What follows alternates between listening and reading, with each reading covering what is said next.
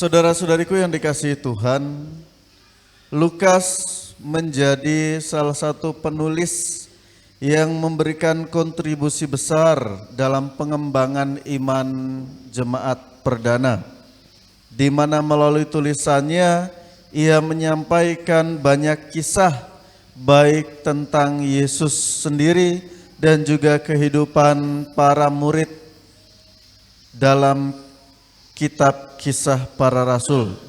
Dan kedua tulisannya ditujukan kepada sosok yang sama yang disebut atau tertulis dengan nama Theophilus.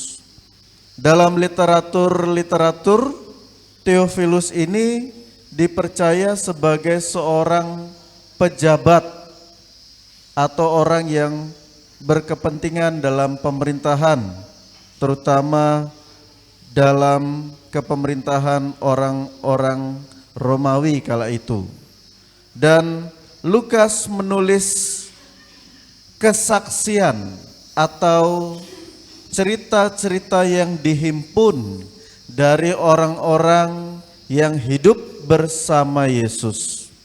Dengan kata lain, kisah ini merupakan rangkuman dari apa kata orang tentang Yesus, tetapi bukan dari orang ketiga atau keempat, melainkan orang-orang yang sungguh hidup bersama Yesus. Sehingga bisa dikatakan sumber tulisan Lukas berasal dari sumber primer, yakni orang-orang yang melihat dan merasakan secara langsung bagaimana Yesus mewartakan karyanya ketika masih hidup. Dan tulisan ini dibuat ketika Yesus sudah tidak lagi berada secara fisik di dunia, dan kemudian tersiar begitu banyak berita tentang Yesus yang katanya. Maka Lukas membuat sebuah tulisan komprehensif supaya bukan hanya Theophilus sebagai sang sosok pejabat negara, tetapi juga para pembacanya sungguh-sungguh memahami dan mengetahui bagaimana kehidupan Yesus yang sebenar-benarnya.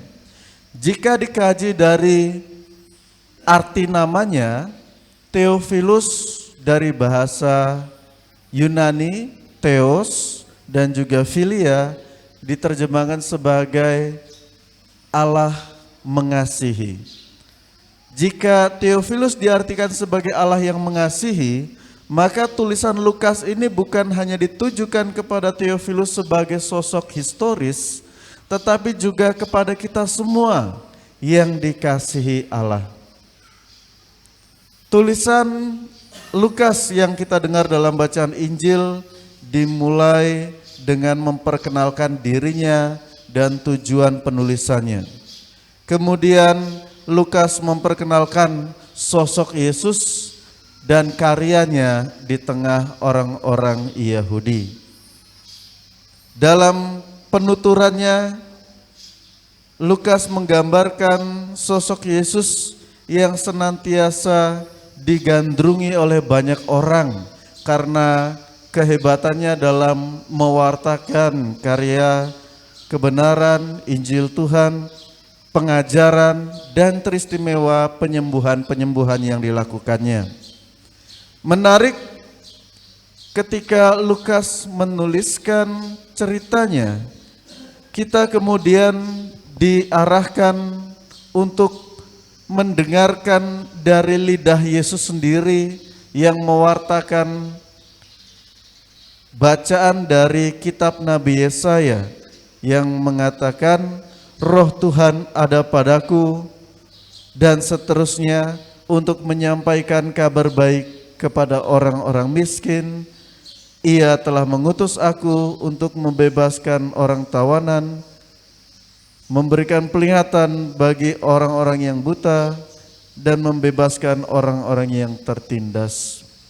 Kita diajak bukan hanya untuk mendengarkan apa yang dituturkan Tuhan Yesus, Tetapi kemudian bacaan Injil menutup dengan kata-kata, pada hari ini digenapilah nas tadi sewaktu kamu mendengarnya.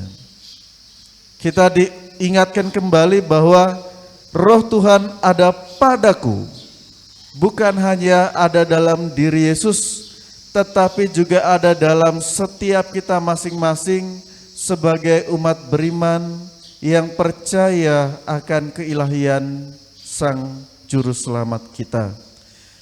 Yesus mengatakan Roh Tuhan ada padaku, Ia telah mengurapi aku untuk menyampaikan kabar baik.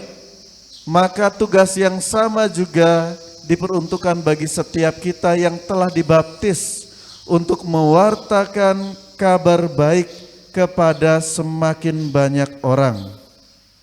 Selanjutnya kita juga diajak untuk bisa menjadi pribadi-pribadi yang membawa kebebasan, membawa perdamaian, membawa persatuan di tengah masyarakat. Sehingga apa yang dikatakan Yesus dalam bacaan Injil hari ini, pada hari ini digenapilah nas tadi sewaktu kamu mendengarnya, hendaknya menjadi suatu gerak dan semangat kita semua bahwa ya, pada hari ini telah digenapilah nas tadi, yakni Roh Tuhan ada padaku.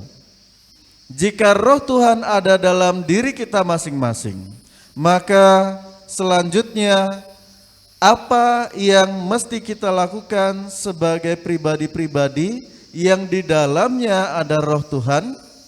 Bacaan kedua memberikan penjelasan yang jelas.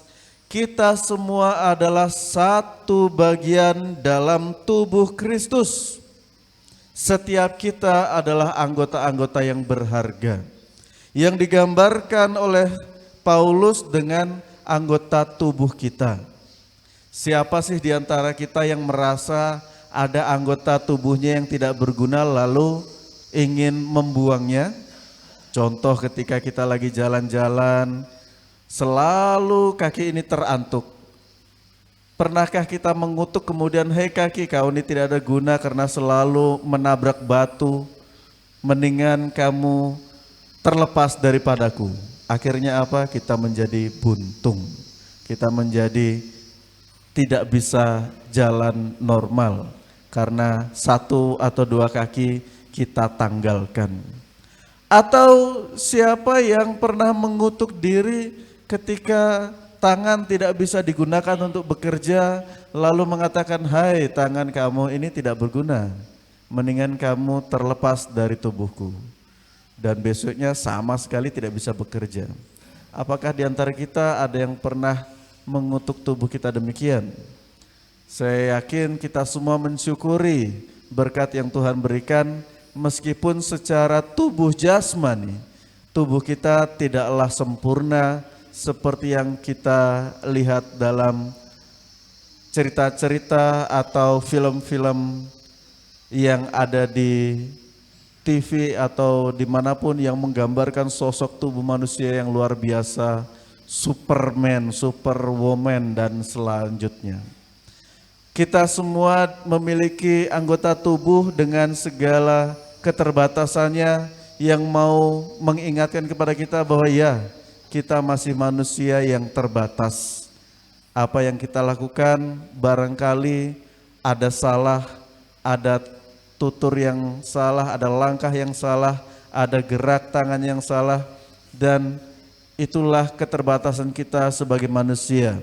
Tetapi sebagai manusia yang terbatas, kita tidak menjadi pribadi-pribadi yang kemudian menyerah untuk mengatakan, ya beginilah sudah saya dengan keterbatasan saya.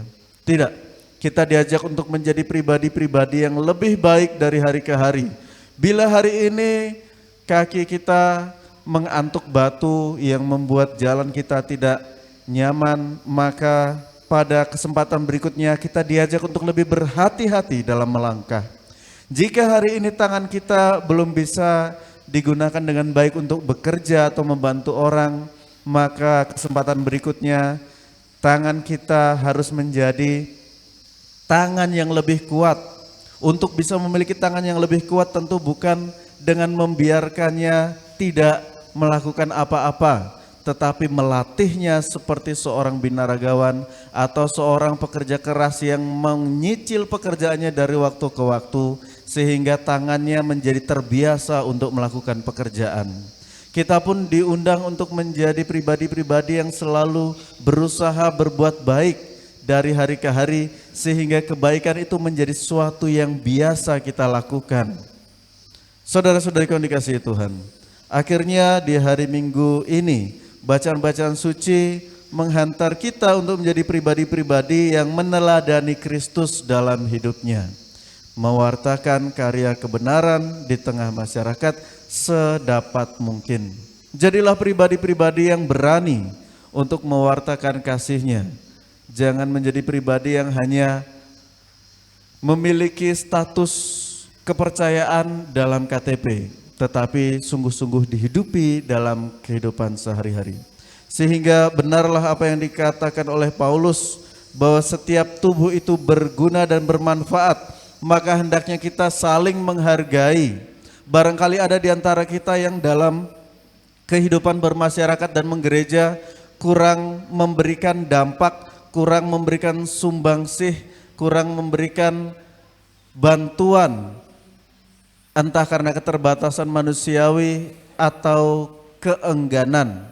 Maka dari tempat ini kita diajak untuk menghargai dan mendukung mereka semua yang barangkali dalam hidupnya masih kurang aktif dalam kehidupan bersosial dan bergereja, bukan dengan merundungnya, hei kamu tidak ada gunanya sebagai seorang Katolik, mendingan kamu murtad saja. Tidak boleh sampai keluar kata seperti itu.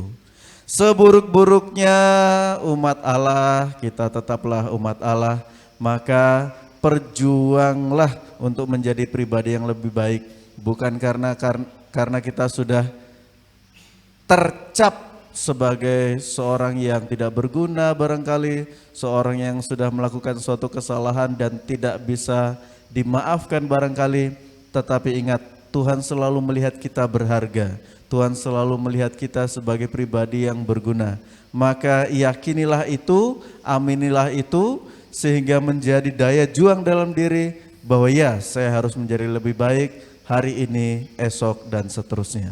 Semoga kasih Kristus yang melihat perjuangan kita, menantikan keselamatan dan juga penghiburan kekal, senantiasa menyertai, membimbing, memberkati kita dalam perjuangan hidup kita masing-masing. Amin. Saudara-saudari